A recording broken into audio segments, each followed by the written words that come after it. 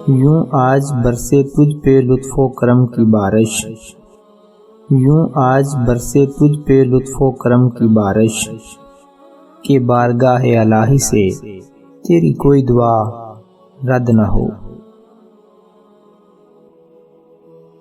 ہر چیز کی صفائی کے لیے کوئی نہ کوئی چیز ہوتی ہے، اور دل کی صفائی کے لیے ذکر اللہ ہے۔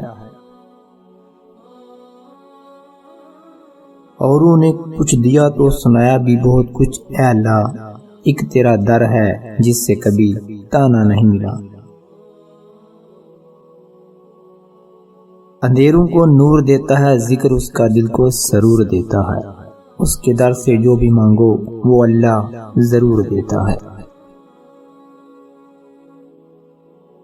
دنیا میں تمہارے لیے بدترین سزا یہ ہے کہ اللہ تمہاری زبانوں سے اپنا ذکر روک لے۔ بے شک زندگی تھکا دینے والی چیز ہے، اور جب تم تھک جاؤ تو اپنے رب کو یاد کرو، کیونکہ سکون تو صرف اللہ کے ذکر میں ہے۔ جسم کو موت آتی ہے کردار کو نہیں، اس لیے اپنے کردار کو مضبوط بناؤ، موت کے بعد بھی یاد رکھے جاؤ گے۔ چھوٹے چھوٹے گناہوں سے بچو، کیونکہ چھوٹے چھوٹے گناہ ہی بڑے گناہوں کی طرف بلاتے ہیں۔ ممکن ناممکن تو بس ہماری سوچ ہے، اللہ کی ذات کے لیے سب کچھ ممکن ہے۔ نماز شیطان کی شکست اور مومن کی جیت ہے۔ معاف کر دینے سے انسان کی اپنی روح پاک ہو جاتی ہے۔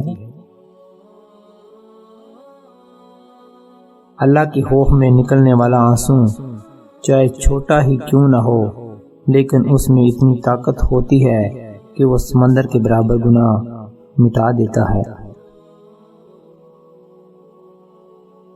اپنے دکھ اللہ کے سوا کسی سے بیان نہ کرو، کیونکہ وہ مددگار بھی ہے اور رازدار بھی ہے۔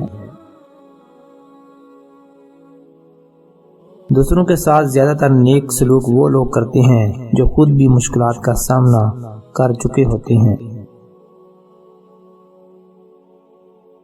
حضور نبی کریم صلی اللہ علیہ وآلہ وسلم نے ارشاد فرمایا، بے شک اچھی بات کو آگے پھیلانا صدقہ جاریہ ہے۔